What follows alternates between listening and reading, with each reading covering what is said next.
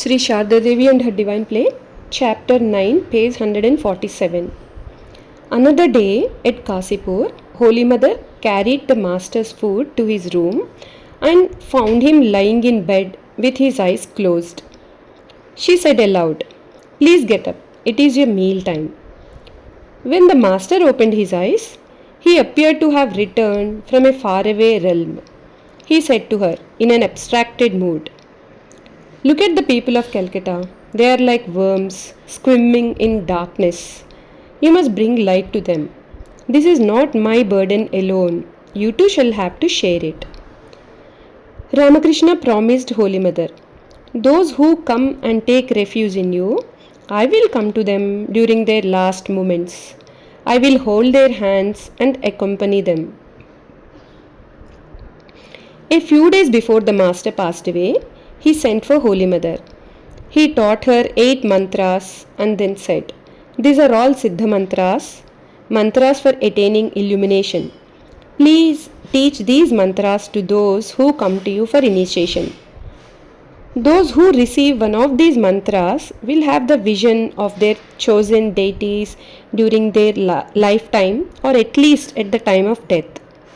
Later, many people will come to you for initiation. Initiate them with these mantras." Lord too recalled, "I have never seen such an intelligent woman as the mother.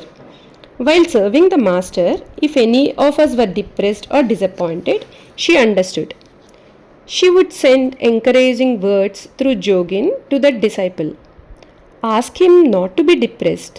The master's health is better today, and the opening of the wound seems outwardly dry." This is how the mother inspired us.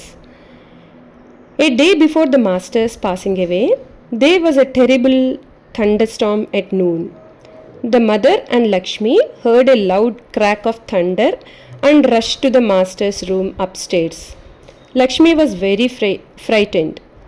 Seeing her fearful face, the master said, "You see, I don't like to see a gloomy, grouchy face." Hearing these words, Lakshmi smiled. One day towards the end, the master asked Shashi to call Holy Mother. When she arrived, the master said, "You see, I do not know why my mind nowadays remains absorbed in Brahman."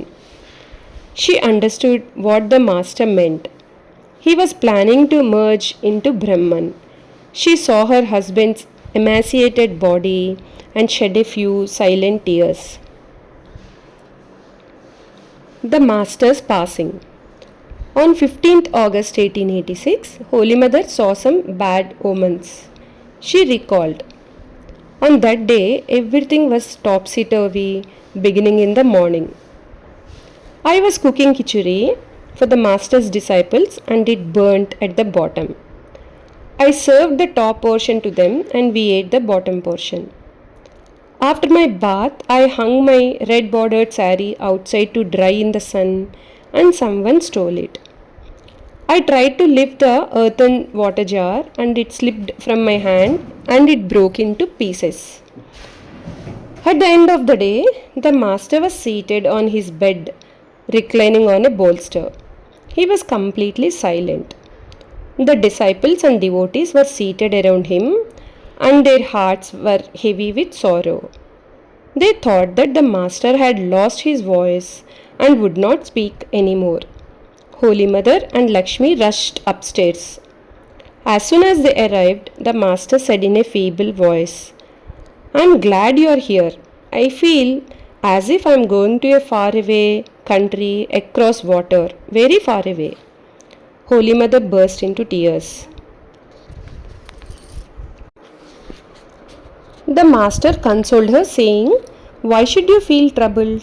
You will live as you are living now. They," referring to Narendra and others, "will do for you what they are doing for me. Look after Lakshmi and keep her with you." These were the master's last words to Holy Mother in his physical body. That evening, the master was hungry, so Holy Mother made farina pudding. He relished it and ate a good quantity without any discomfort. His attendant washed his mouth and carefully laid him on the bed. stretching his legs and supporting them with pillows. Two attendants fanned him. Suddenly, the master went into samadhi. It was 1:02 a.m., 16th August 1886.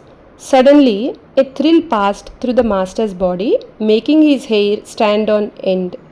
His eyes became fixed on the tip of his nose. His face was lit up with a smile.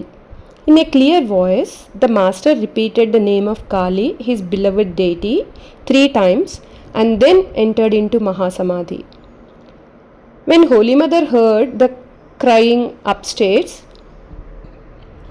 she rushed up the steps and cried out, "Oh Mother Kali, what have I done that you have departed, leaving me alone in the world?" Seeing her weeping, Baburam and Jogin went to her and Golapma took her to her room. Afterwards, she remained silent.